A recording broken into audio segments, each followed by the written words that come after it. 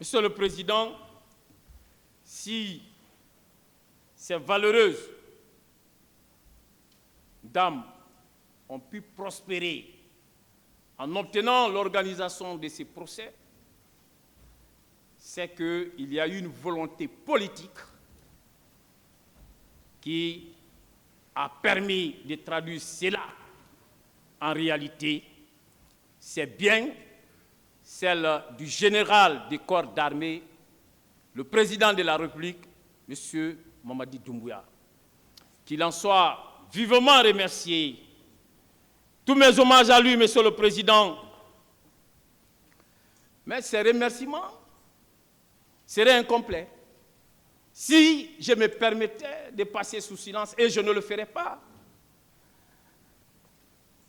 Un jeune magistrat, vaillant, dynamique, ministre d'État, ministre de la Justice, garde des Sceaux, d'alors, M. Alphonse Charles Wright, qui a pu traduire en réalité la volonté politique du président de la République à travers l'organisation de ces procès. C'est lui qui a parachevé les travaux de construction de ces joyaux, Monsieur le Président, dont toute l'Afrique entière est fière. Monsieur le Président, Messieurs les assesseurs, je suis convaincu et je reste autant convaincu que les victimes dans ces procès souhaitent obtenir la condamnation.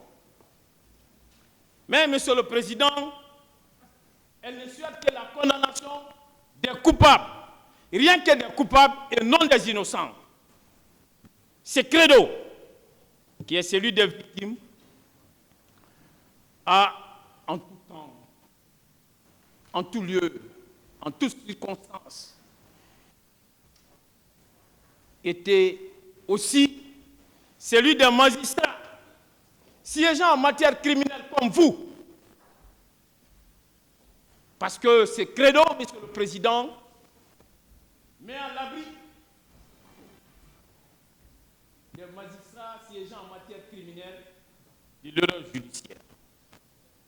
C'est pourquoi, Monsieur le Président, à propos d'ailleurs de ces credos, Voltaire disait ceci à l'occasion du procès Calas.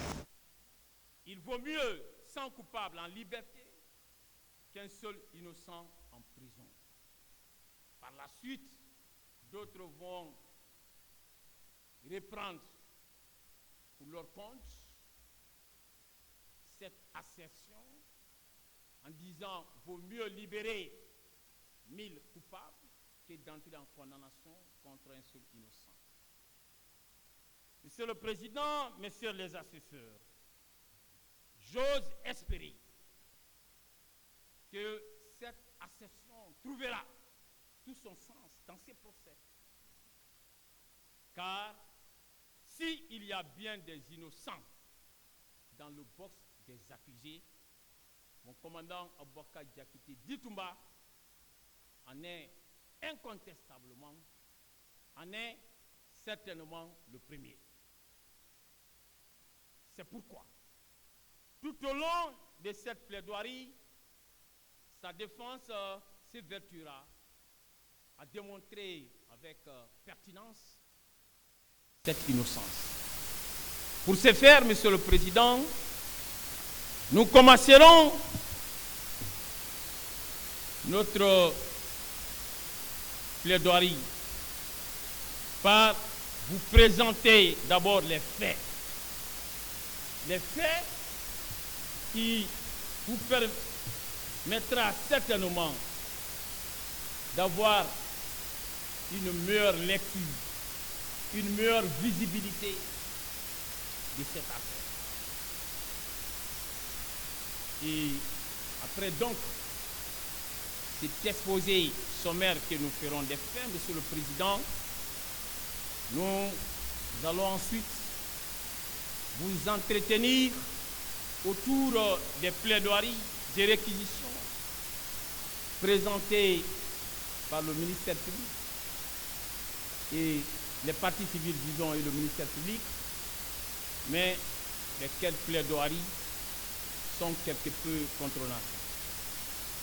Ensuite, nous allons, avec vous, aborder certaines notions qui, depuis l'ouverture de ces procès, qui, depuis que nous sommes en train de plaider, depuis que le ministère public a requis ces notions, on est en train d'en parler, Monsieur le Président. Nous aussi, nous allons parler de ces notions pour pouvoir apporter toute la lumière qui sied. C'est pourquoi nous reviendrons sur les notions de régiment, de cadre présidentiel, d'aide de camp, des chefs militaires, mais aussi, Monsieur le Président, il y a une autre question qui s'est invitée dans les débats. Nous avons relevé que pour des raisons, certaines parties de la défense ont entretenu une confusion entre la notion de traitement équitable des personnes poursuivies pour les mêmes infractions et le pouvoir d'individualisation de la peine que la loi vous reconnaît en tant que juge du siège, en tant que juge de jugement. Après donc cela, nous allons, Monsieur le Président, vous entretenir autour de la question d'innocence de mon commandant. L'innocence de mon commandant, telle qu'elle résulte des débats qui ont été contradictoirement menés ici. Et vous vous rendrez compte qu'à la lumière de ces débats, mon commandant, désormais, est disculpé. Mon commandant, désormais, Monsieur le Président, est innocenté. Monsieur le Président, il ne vous restera plus qu'à prononcer son acquittement.